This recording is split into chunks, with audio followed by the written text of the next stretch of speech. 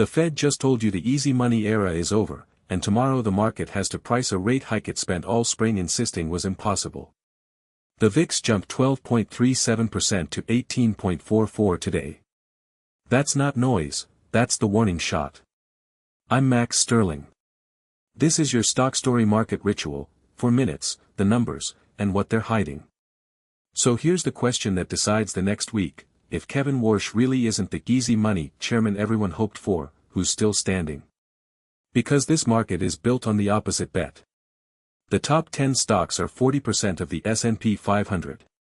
That's a leadership group priced for rate cuts and cheap capital. Warsh just eliminated the easing bias and raised the 2026 inflation outlook. If yields keep climbing, the most crowded trade on earth gets repriced first, and defensive stops meaning what you think it means. Look at the tape. The S&P fell 1.21% to 7,420. The Nasdaq dropped 1.34% to 26,021.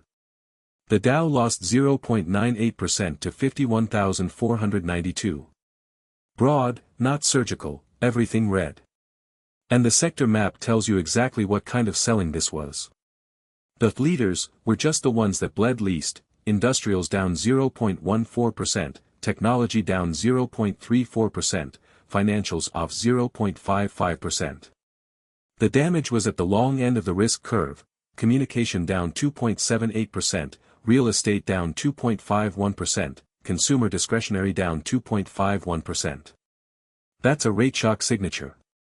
SpaceX, the most active name on the board, fell 4.95% to $191.82, its first drop in this run. Carvana cratered 10.25% to $62.86. The only fireworks were biotech. Unicure ripped 78.44% to $48.16. Now I owe you the scoreboard, and it's ugly.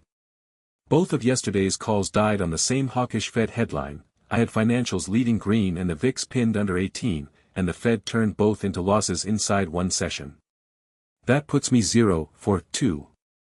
I told you I'd keep score on myself, so there it is, in the open. 2 misses, 1 cause, no excuses. Here's my read. The rotation story I've been tracking all week: financials leading, tech narrow, volatility asleep, just snapped. That wasn't rotation. That was complacency, and the VIX at 16 was the tell I underweight. Today everything sold together, which means correlation went to 1 and there was nowhere to hide. That's the opposite of a healthy rotation, it's a regime question. I'm not panicking on one red day.